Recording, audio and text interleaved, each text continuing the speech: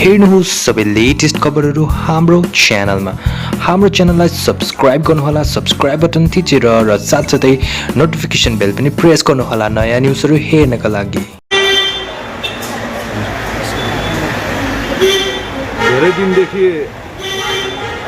प्रतीक्षा साँचेको 2021 को विधानसभाको फलाफल हिजो प्राप्त भयो। र सर्वप्रथम दार्जिलिङ पहाडको तीनैवटा विधानसभा क्षेत्रका आम नागरिक एवं मतदातालाई हार्दिक बधाई टक्राउन चाहन्छु। साथसाथै आभार अनि कृतज्ञता प्रकट पनि गर्न चाहन्छु। साथै यस चुनावमा प्रतिस्पर्धा गर्न हुने सम्पूर्ण राजनैतिक दलहरू, निर्दलीय उम्मेदवारहरू, उहाँहरूलाई पनि हार्दिक आभार प्रकट गर्न चाहन्छु। पहाडी क्षेत्रलाई चुनावको दौरान, चुनावको समय अवधि र हिजो मतदान गणनासम्म कुनै प्रकारको राजनीतिक हिंसा या अप्रिय घटनाहरू घटिएन। पहाडलाई शान्ति राखेर नै चुनावको सम्पूर्ण प्रक्रिया समाप्त भयो। यसको निम्ति पनि राजनैतिक दल, निर्दलीय उम्मेदवार अनि सम्पूर्ण जनता जनार्दनलाई पुनः आभार प्रकट गर्न चाहन्छु। म मेरो व्यक्तिगत तर्फबाट अनि तीनैजना उम्मेदवारको तर्फबाट र पार्टीको तर्फबाट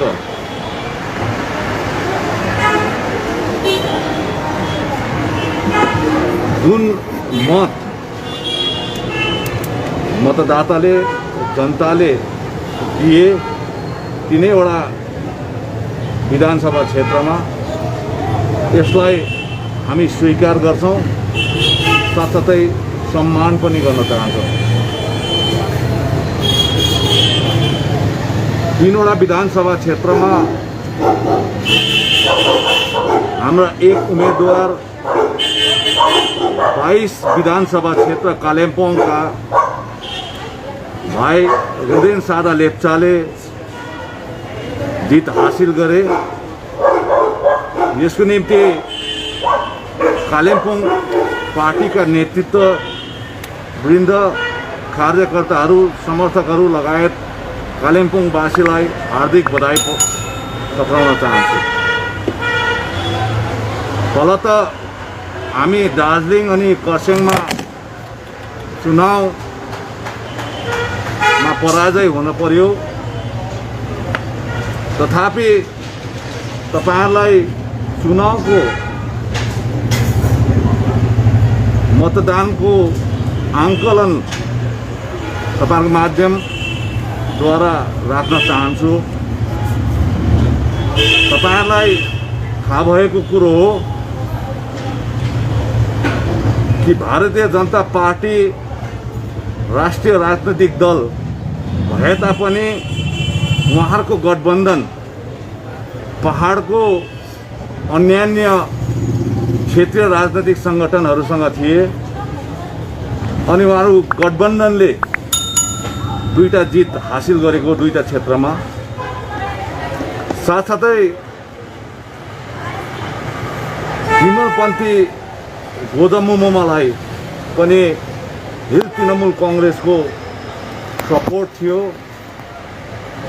साथसाथै एक धार्मिक संस्था उहाँको पनि समर्थन रहेको थियो। हामी मात्रै यस्तो पार्टी हौं दिनै खेमा जसले 21 तारिक मार्चको दिन मङ्पू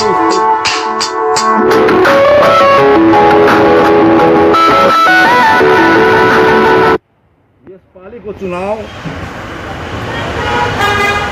क्षेत्रीय राजनीतिलाई बचाउनु पर्छ भन्ने हेतुले हामी कसैसित गठबन्धन नगरिकन चुनाव लड्छौँ भन्ने हाम्रो अडान थियो। त्यो अडानमा नै हामी अन्तसम्म अडिग रहेर हिजो जुन दार्जिलिङ पहाडको जनताले हामीलाई मत दिए, आज सम्पूर्ण नर्थ बेङ्गलमा मतदान हेरिँदाखेरि एउटा सिङ्गल राजनीतिक दल, एउटा एकल राजनीतिक दलले यति मात्रामा एउटा पर्सेन्टेजमा जुन भोट हासिल गरियो, यो उत्तर बङ्गालमा हामी प्रमुख छौँ। आज म यो भन्नमा हिचकिचाउँदिनँ कि उत्तर बङ्गालको 27वटा विधानसभा क्षेत्र, जम्मा उत्तर बङ्गालमा 53वटा विधानसभा क्षेत्र छन्, तर माथिल्लो जग्गा Darjeeling district, Kalimpong district, Jalpaiguri district, Alipurduar district र कुचबिहार डिस्ट्रिक्टमा 27वटा विधानसभा क्षेत्रहरू छ। यी क्षेत्रहरूमा आज प्रमुख एकल राजनैतिक दल जसको भोटिङ पर्सेन्टेज सबैभन्दा ज्यादा छ भने गोर्खा जनमुक्ति मोर्चा विनय खेमाको छ। र यो आज हामी 2वटा विधानसभा क्षेत्रमा हारे तापनि भोटिङ पर्सेन्टेजले एकल पार्टीले आफ्नो अडानमा अडिग रहँदै लडेकोमा यो किसिमले जुन भोट आएको छ, त्यो भोट मतदान दिएको छ, यो पहाडले साँच्चै नै हामीमाथि एउटा नयाँ सोच र नयाँ विचारमाथि आस्था र भरोसा राखिएको हो। तपाईँहरूलाई म हिजोको आकलन म दिन चाहन्छु कि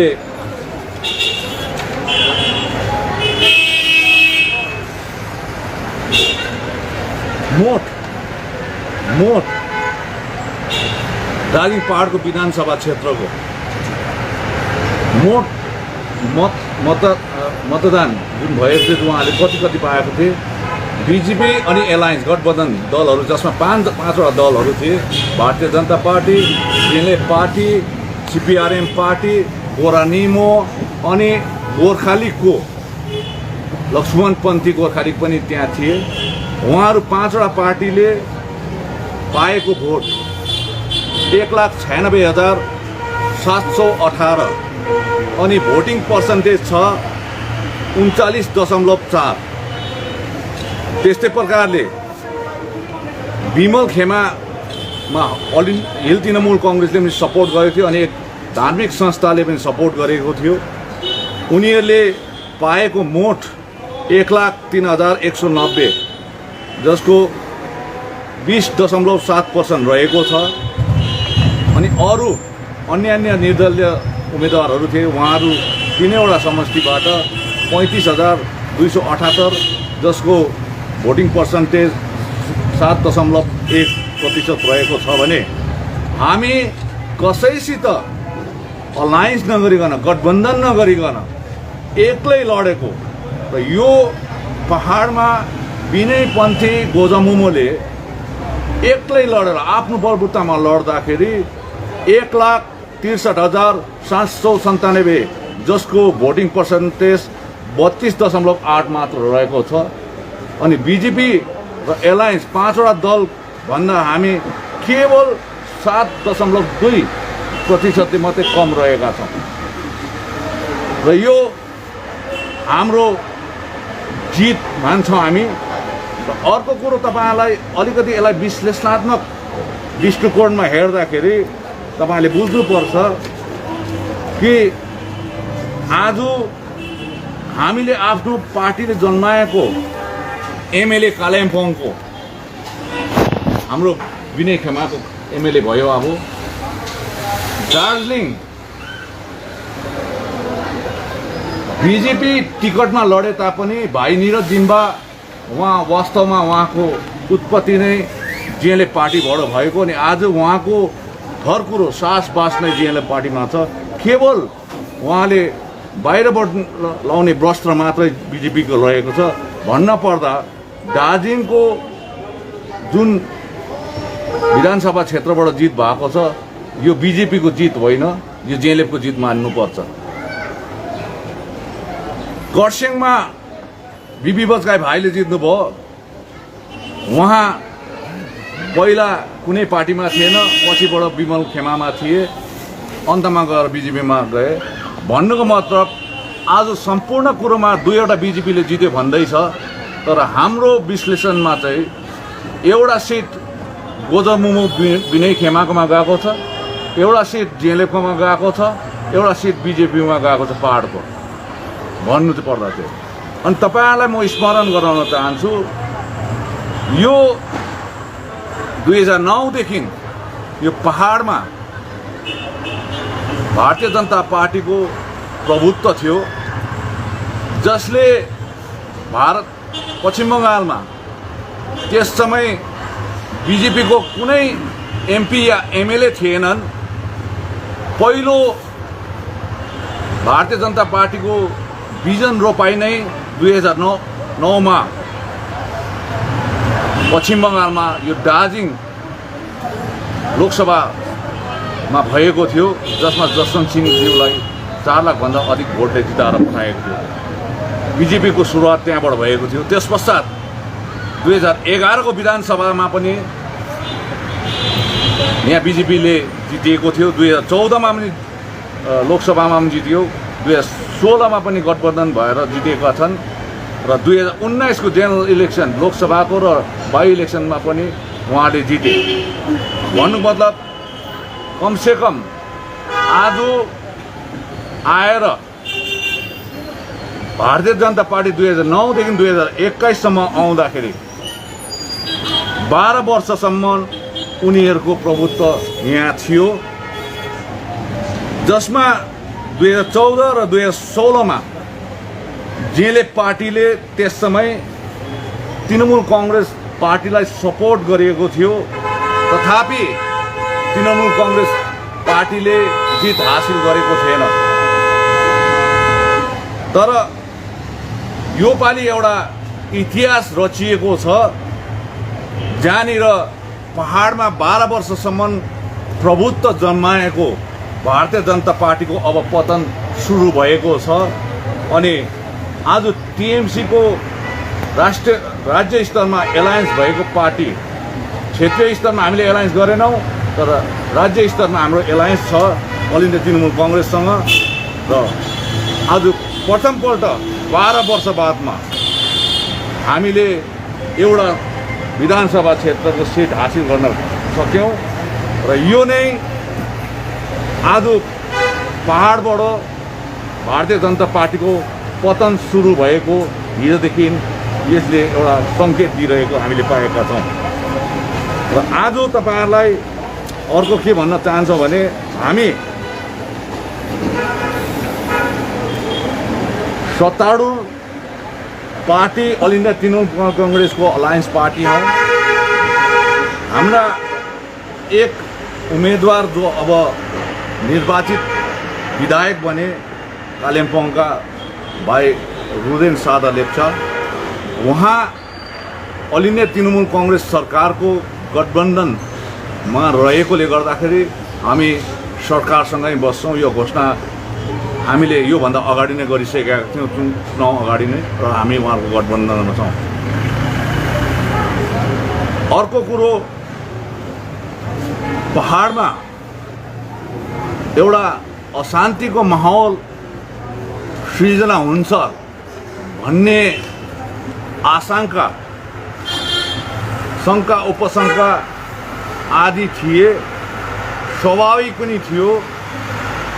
तर हिजो पनि मतदानको मतगणनाले अब पहाडमा फेरि शान्ति नै बसिरहन्छ, कायम रहन्छ भन्ने प्रतीत भएको छ। कारण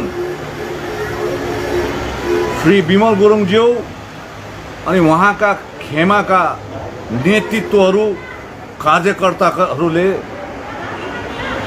21 तारिक अक्टोबर 2020 मा कलकत्तामा आए पश्चात त्यस दिन आए दिनदेखि उसो जनसभामा होस् या कोठे सभामा होस् या पत्रकार सम्मेलनमा होस् या निजी सोसियल मिडियामा होस्, उहाँले एउटा बदला भावनाले पीडित वक्तव्यहरू दिइरहेको थियो। यहाँसम्म पनि भनिएको थियो कि 2 मईदेखि धेरैजनाको घर कुर्की पनि हुन्छ, यहाँबाट खेदिन्छ भन्ने पनि। अनि यो त्रासको माहौल जनमानसमा व्याप्त भएको थियो। र म भन्न चाहन्छु श्रीमान विमल गुरुङज्यूले उहाँले यो पनि भन्नुभएको थियो कि उत्तर बङ्गालमा 17वटा विधानसभा क्षेत्रमा मेरो प्रभाव छ भन्ने कुरो राख्नु भएको थियो। तर आज हिजोको मतगणनाले यो प्रमाण भयो कि अब विमल गुरुङको 17वटा उत्तर बङ्गालको विधानसभा क्षेत्रमा त होइन, पहाडको 3वटा विधानसभा क्षेत्रमा नि कुनै प्रभाव रहेन। उहाँको भोटिङ पर्सेन्टेज एकदमै कम भएर गएको छ। अनि उहाँले पनि यो हार स्वीकार गर्नुपर्छ। अनि आज एउटा प्रतिद्वन्द्वीको हैसियतले म भन्न चाहन्छु कि उहाँको र उहाँको खेमाको राजनीतिक यात्रा अब समाप्त भएको सङ्केत हिजोको मतगणनाले दिएको छ। र आज तपाईहरुलाई यही भन्न चाहन्छु, जो जितेर गए भाइहरू, बिबी बजगाई भाइ, साथसाथै दार्जिलिङबाट निरज जिम्बा भाइ, उहाँलाई अग्रिम शुभेच्छा शुभकामना। तर अब हामीले 2019 मा हारे तापनि, हामीले हारेकै भए तापनि पहाडको जनतालाई सेवा गर्नमा कुनै कसर छोडेनौं। चाहे त्यो कोभिड-19 को किन नहोस् प्रकोप, चाहे यहाँ भल पहिरो आउँदा किन नहोस्, या दुख बिमार हुँदा किन नहोस्, यो सेवा हामी आज पनि पहाडवासीलाई निरन्तर दिनै रहनेछौँ। तर अब जनप्रतिनिधिको हैसियतले दार्जिलिङको जिम्मा निरज भाइको माथि आएकोले गर्दाखेरि दार्जिलिङ शहरको सुन्दरीकरण, दार्जिलिङ शहरलाई सफा कसरी राख्नुपर्ने विविध परियोजनाहरू छ। एमएलए भएको खण्डमा, उहाँ जनप्रतिनिधि भएको खण्डमा उहाँको हस्ताक्षर नै चल्ने भएकोले गर्दाखेरि यहाँको दार्जिलिङ शहर मात्र होइन, विधानसभा क्षेत्रको विभिन्न समस्यालाई उहाँले समाधान गरेको हुनुपर्छ। केवल भाइले, निरज भाइले सोसियल मिडिया र प्रेसमा बोलेर मात्रै हुँदैन, सेवा गरेको हुनुपर्छ। तपाईलाई सेवा गर्ने मौका दिएको छ जनताले पनि। तपाईले चुनेर गएको जनप्रतिनिधिलाई अब तपाईले सेवा गर्ने मौका दिनुहोस्।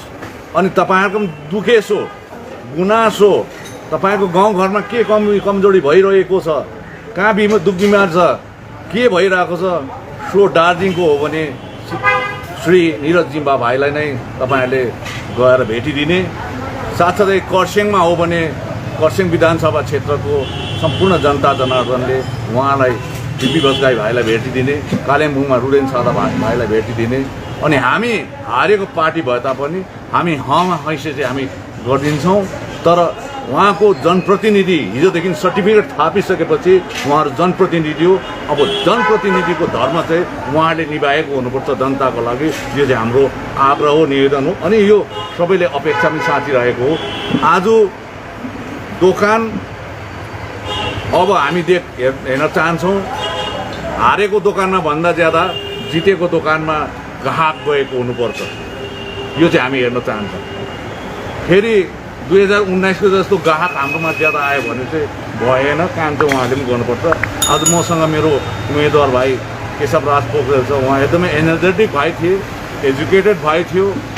उहाँले केही गर्छु म मेरो दार्जिलिङलाई भनेर उहाँ उत्रिनु भएको थियो। त्यसरी नै छिरिङ बहिनी छिरिङ दाहाल पनि उत्रिनु भएको थियो खरसाङलाई केही गर्छु भनेर। र यो जनताले उहाँले हामीलाई सेवा गर्ने यहाँनिर मौका दिनु भएन।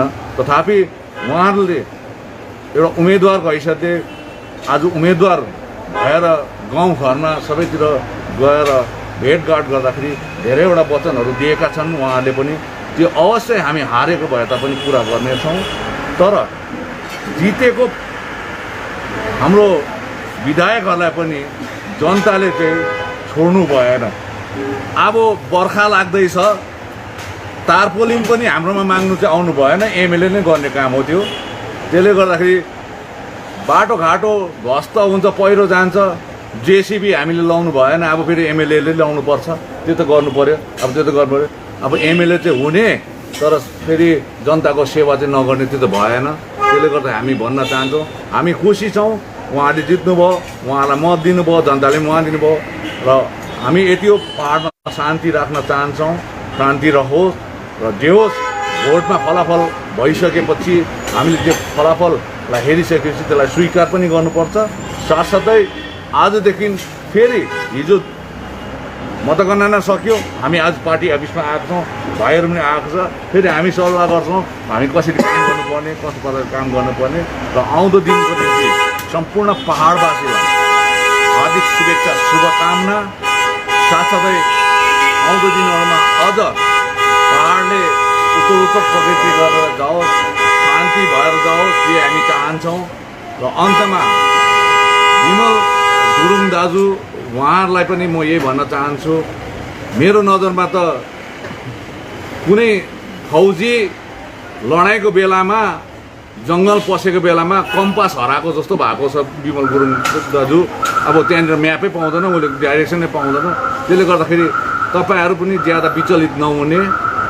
अस्तिदेखि हार भएको छैन भन्दा रहेछ र हार हुँदाखेरि कस्तो हुँदो रहेछ त्यो अनुभव तपाईँले गर्नुभयो होला। तर यो हारलाई तपाईँले पनि हेर्नुहोस्, शिक्षाको हैसियतले हेर्नुहोस्, धम्की नदिनुहोस्, मान्छेलाई नउचालिदिनुहोस्, भावनाको राजनीति नगर्नुहोस्, यथार्थको राजनीति गर्नुपर्छ। र त्यसले गर्दाखेरि जनता भगवान हुन्, भगवानले जुनै पनि आशीर्वाद जुनै रूपमा पनि दिनु सक्छ। त्यसले गर्दाखेरि म तपाईँहरूलाई पनि भन्न चाहन्छु र हाम्रो सम्पूर्ण आज म त भन्छु मेरो पार्टीको 3वटा उम्मेदवारले जितेको हो र यति हो। आज हामीलाई यहाँबाट हामीले जितेर गयौँ। भारतीय जनता पार्टीले अथक प्रयास गरे तापनि, साम दाम दण्ड भेद लगाए तापनि पश्चिम बङ्गालमा उनीहरूले राज्यमा भारतीय जनता पार्टीको सरकार हुन्छ, एकदमै बहुमतले सरकार बनाउँछ भनेर हुङ्कार पिटिरहेका थिए। नरेन्द्र मोदीजीदेखि लिएर जेपी नड्डादेखि लिएर अमित शाहदेखि लिएर उत्तर प्रदेशको मुख्यमन्त्रीदेखि लिएर सम्पूर्ण 40 जना दिग्गज नेतृत्वहरू आएर पनि यहाँनिर भयभरको सबै सामग्रीहरू जो बटुलिँदाखेरि पनि सुश्री ममता ब्यानर्जीलाई हराउन सकेन। र पहाडवासीको तर्फबाट अनि गोर्खा जनमुक्ति मोर्चा विनय खेमाको तर्फबाट अल इन्डिया तृणमूल काङ्ग्रेसका सभानेत्री तथा वर्तमान मुख्यमन्त्री पश्चिम बङ्गाल सरकार सुश्री ममता ब्यानर्जीलाई अनि उहाँका सम्पूर्ण नेतृत्वलाई, श्री अभिषेक ब्यानर्जीलाई, सबैलाई हार्दिक हार्दिक बधाई दिन चाहन्छौँ।